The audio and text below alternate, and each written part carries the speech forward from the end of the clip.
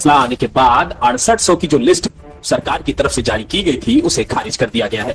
फिलहाल लिस्ट खारिज होने के बाद से ही 6800 में चयनित अभ्यर्थियों ने लगातार अपनी मांग को लेकर के राजधानी लखनऊ में प्रदर्शन करना शुरू कर दिया है। कभी वो शिक्षा मंत्री के आवास का घेराव करते हैं तो कभी इको गार्डन में बैठ करके सरकार से मांग करते हैं कि सरकार इस पूरे मामले को लेकर के डबल बेंच में जाए। फिलहाल कल राजधानी लखनऊ में उनके प्रदर्शन को कहीं ना कहीं दोगुनी शक्ति मिली है, क्योंकि कल राजधानी लखनऊ भीम आर्मी चीफ चंद्रशेखर आजाद पहुंचे, जिन्होंने सबसे पहले इको गार्डन जाकर के 69,000 शिक्षक भर्ती के अभ्यर्थियों और खारिज हुई 6800 के अभ्यर्थियों से मुलाकात करी और उनका दर्द जानने की कोशिश की। आपको बता दें कि इसके पहले भी चंद्रशेखर आजाद 69,000 शिक्षक भर्ती घोटाले को लेकर के प्रदर्शनकारियों के साथ नजर आए थे, जिसके बाद उत्तर प्रदेश सरकार की कहीं ना कहीं समस्याएं बढ़ी थी और सरकार ने इस पूरे मामले पर तेजी दिखाते हुए इस पूरे प्रकरण पर जांच के आदेश दिए थे।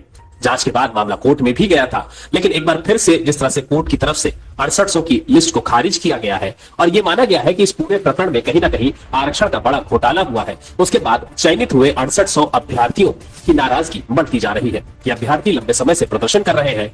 कल चंद्रशेखर आजाद इनके बीच पहुंचे और उन्होंने इन अभ्यर्थियों से बात की। उन्होंने ये भी कहा कि मैं आप लोगों की मांग को सरकार तक पहुंचाने की कोशिश करूंगा। लंबे समय से ये अभ्यर्थी प्रदर्शन कर रहे हैं और बीते दिनों इन्होंने शिक्षा मंत्री के आवास का घेराव भी किया था। सरकार की तरफ से इन्हें आश्वासन दिया गया है कि बहुत जल्द इनकी समस्याओं का निराकरण किया जाएगा, लेकिन वो समय कब आएगा ये देखना अहम होगा। फिलहाल मौके पर पहुंचे चंद्रशेखर आजाद ने क्या कुछ कहा है, आइए आपको सुनाते हैं। प्रदेश के मुखिया अगर झूठ बोले, प्रदेश के मुख्यमंत्री जिन्होंने वादा किया कि हम 69,000 शिक्षक भर्ती में जो घोटाला हुआ है उसको बेनकाब करके उन बच्चों को नौकरियां देंगे।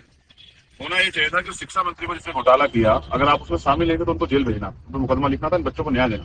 लेकिन 2 साल से बच्चे यहाँ इको गार्डन में अपने परिवार को छोड़ के इस अन्याय के खिलाफ लड़ाई लड़ रहे हैं। ये काम सरकार का। और जब ये आंदोलन में आए, मैं पिछली बार भी साथ था, तो उनको लाठियां मिली आंदोलन में। फिर मुख्यमंत्री को मजबूरी बस 6800 निकल रिलीज करनी पड़ी, बाकायदा लिस्ट बनी उसके बाद, जबकि वो भी हमारे हिस्से का आधा हमें लगभग मिल रहा था, आधे से भी कम।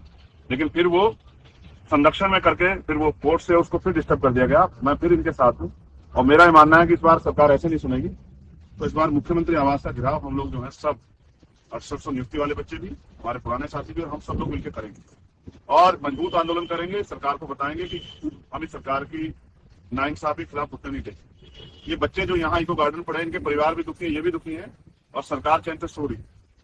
सरकार के मंत्री हमारे घरों में खाना खा के जाके दिखाते हैं कि हम हितैषी हैं। हमारे भाइयों को रोजगार उनका छीन के कैसे आप हमारे हितैषी? तो जो हमारा संवैधानिक अधिकार है आप हमें वही नहीं दे रहे हो, तो आप हमें अलग से अवसर कहाँ दोगे? इसलिए इस निकम्मी बहरी सरकार को जगाने के लिए इस बार जो आंदोलन होगा, हम सब लोगों ने तय किया है कि वो विधानसभा का घेराव होगा और विधानसभा के साथ मुख्यमंत्री आवास का भी घेराव। जो मुख्यमंत्री हमारे बच्चों के, हमारे भाइयों के, हमारे परिवार के अधिकार छीनेगा, उनको मरने पर मजबूर करेगा। कुछ बच्चों ने सुसाइड भी किया।